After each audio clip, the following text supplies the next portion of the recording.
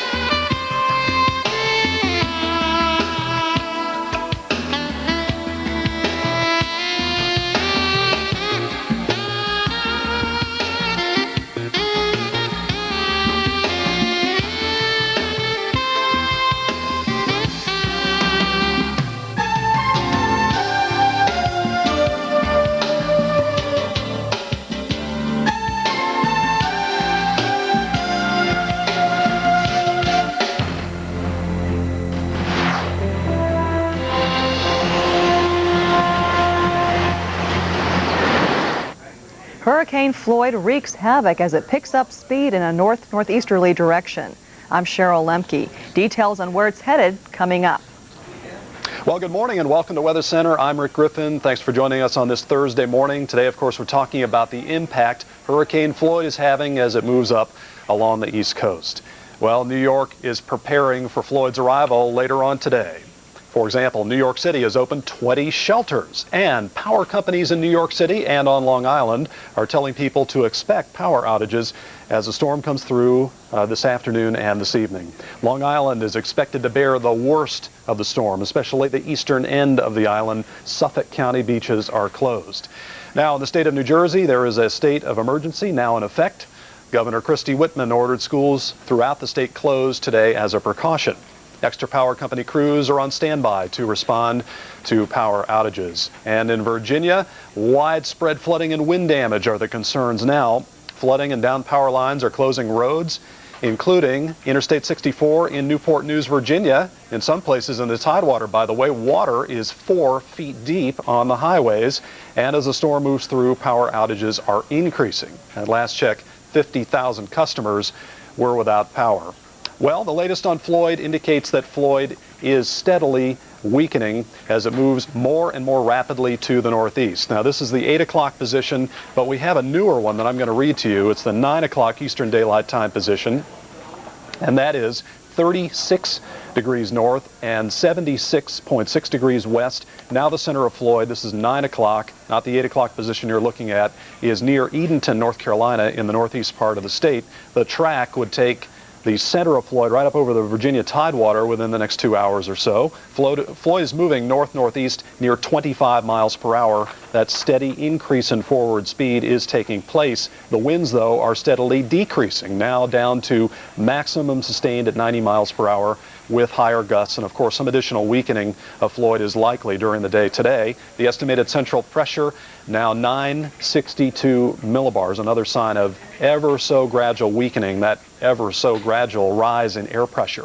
Now, these are updated hurricane advisories as of 9 o'clock. They've been canceled south of Surf City, but remain in effect north of Surf City up to Manasquan Inlet, New Jersey, and from Mauritius Inlet, I should say, New York, up to Plymouth, Massachusetts. And a lot of areas under tropical storm warnings, which means tropical storm conditions are expected within 36 hours. The northern end of the Chesapeake Bay, Long Island Sound, and from Plymouth all the way to the Merrimack River in Massachusetts.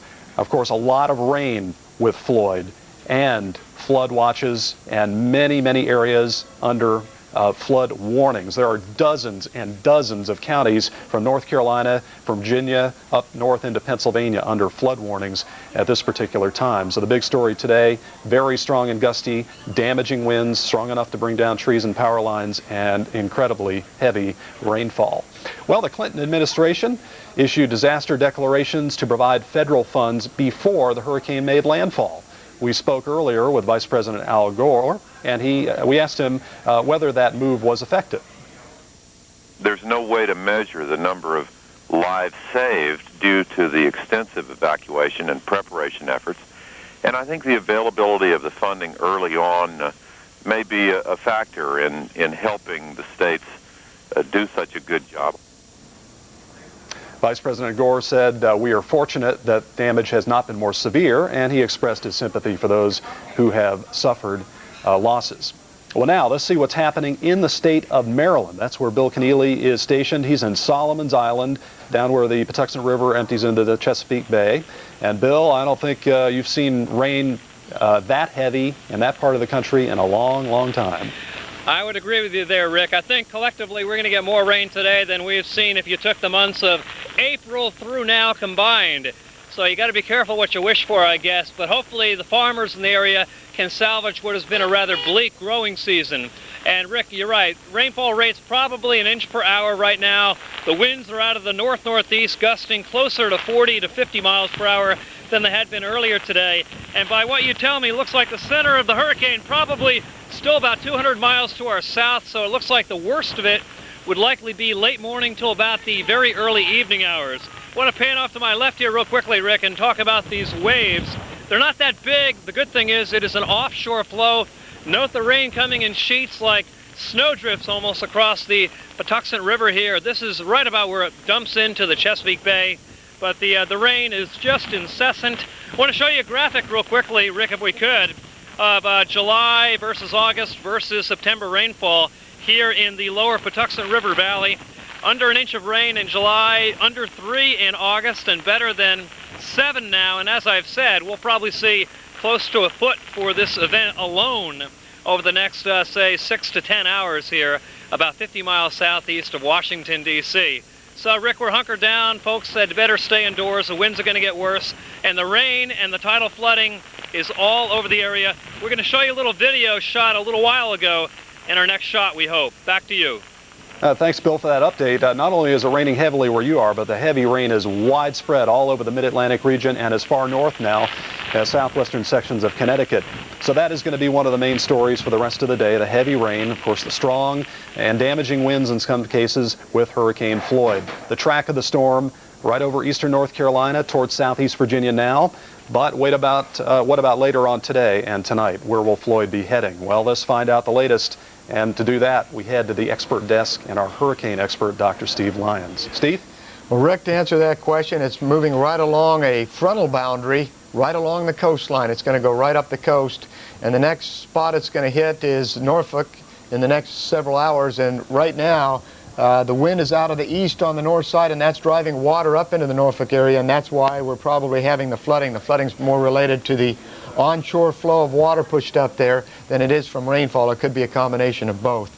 But that's going to get a little bit stronger before it gets better here in another few hours. Then it'll move on up the coast and be offshore, right near the coastline, but to the, we think, to the east of Washington, D.C., but they'll be in some fairly cool weather as they are now. You woke up this morning in Washington and said, gee, it's 60 degrees outside. Where's the tropical weather? It's all to the east of you, and it's likely to stay offshore for the rest of the duration. It's likely that the system will move up to the just to the east of you and then continue on up to the north, be offshore from Philadelphia later tonight, and then tomorrow right on into Long Island area. And here's our track and timing on that. Of course, in Thursday evening, Friday morning. And of course, it's moving very quickly now, about 25 miles per hour. Here are the latest wind gusts. These are gusts of wind, not sustained winds. For the Hatteras area, greater Cape Hatteras area, North Carolina, you can see winds gusting to 64 miles per hour. And then up farther to the north into Virginia, you can see wind gusts, and these are out of the east here,